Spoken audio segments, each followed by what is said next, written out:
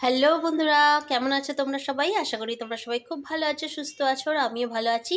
আমার একটা নতুন ভিডিওতে তোমাদের অনেক অনেক স্বাগত। আজকে হচ্ছে বুধবার, তো সকালবেলা থেকে ভিডিওটা স্টার্ট করছি।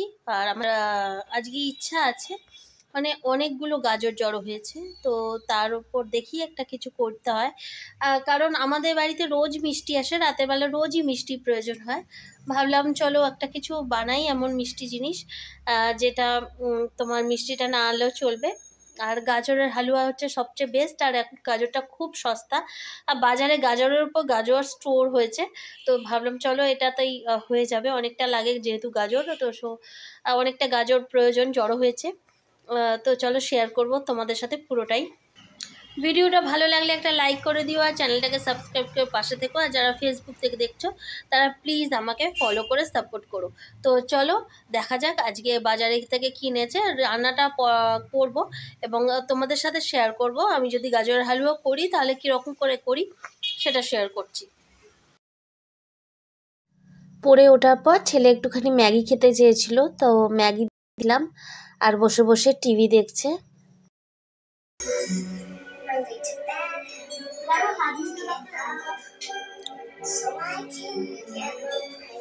ভালো লাগছে? হ্যাঁ, মোবাইল দেখা থেকে এগুলো দেখ, বাচ্চাদের জিনিস খুব সুন্দর। শীতকালীন বাজারে এগুলো তো কমন থাকবে, গাজর, শিম, পেঁয়াজ কলি। আগের গাজরও ছিল, তো ভাবলাম কিছুটা গাজর একটুখানি রেখে দেবো, কারণ অনেক সময় আছে চাউমিন করতে লাগে বা অন্য কিছুতে গাজর দেবো, সেই জন্য রেখে দেবো। আর রান্নাটা দেখো একদম লাইট রান্না করেছি, ডাল সেদ্ধ আর মাছের ঝোল হালকা করে, আর একটু চিকেন স্টু করেছি ছেলের জন্য। একটু সবজিটাও যাবে, একটু চিকেন দিয়ে চিকেন স্টু করেছি। বেশি রান্না কিছু করিনি, কারণ এনার্জি স্টোর করতে হবে, কারণ গাজরের হালুয়াটা করব ঠিক করে নিয়েছি। আর গাজরগুলোকে দেখো আগে ছাড়িয়ে নিচ্ছি, ছাড়িয়ে নিয়ে একটুখানি ধুয়ে নেবো। এগুলোকে গ্রেট করব, তো ভাবলাম একটু দু টুকরো করে নিই, কারণ গাজরগুলো বেশ লম্বা লম্বা।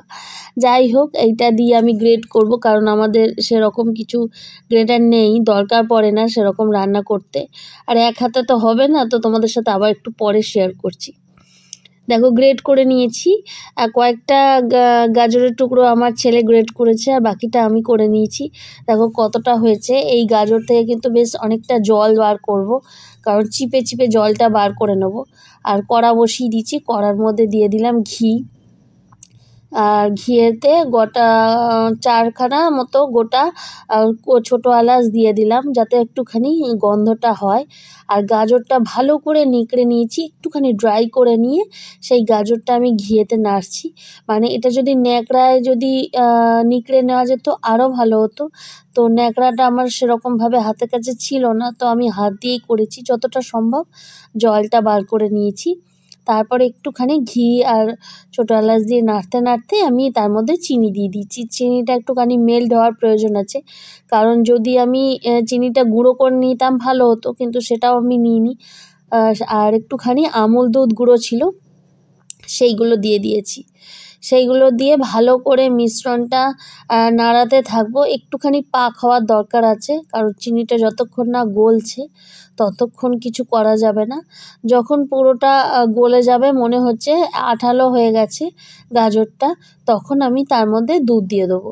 আর দুধটা একটুখানি উষ্ণ করে নিয়েছি, আর দুধ দিয়ে যাতে গাজরটা একটুখানি সেদ্ধ হয়, কারণ কাঁচা গাজরের ফ্লেভারটা দুধের মধ্যে একটুখানি কাটবে, সেদ্ধ হবে। আর আমি গ্রেট করে নিয়েছি, ঘিয়ে ভেজেছি বলে কাঁচা গন্ধটা একদমই চলে যাবে। তো একটুখানি ড্রাই হওয়ার অপেক্ষা করতে হবে, সিম আছে কাজটা করতে হবে যাতে তলাটা ধরে না যায়। তো এই সময় আমি একটু কাজু কিশমিশ দিয়ে দিলাম, যেটুকুনি ঘরে ছিল সেটুকুনি দিয়েছি। অ্যাকচুয়ালি এর জন্য কোনো রকম আলাদা করে প্রিপারেশন নিইনি, শুধু একটুখানি খোয়া ক্ষীর বলেছিলাম, ওইটাই আমার হাজব্যান্ড এনে দিয়েছে, ওইটুকুনি। বাকি সব ঘরে যেটুকুনি ছিল সেটা দিয়েই করছি। তা এটা একটুখানি ড্রাই হয়ে যাবে, ড্রাই হয়ে গেলে আমি খোয়া ক্ষীরটা একটুখানি গ্রেট করে নেব। এই গ্রেটটা করে নিচ্ছি যাতে ভালো করে মেল্ট হয়ে যায়। দেখো গ্রেট করে নিয়েছি, মিহি করে গ্রেট করে নিয়েছি।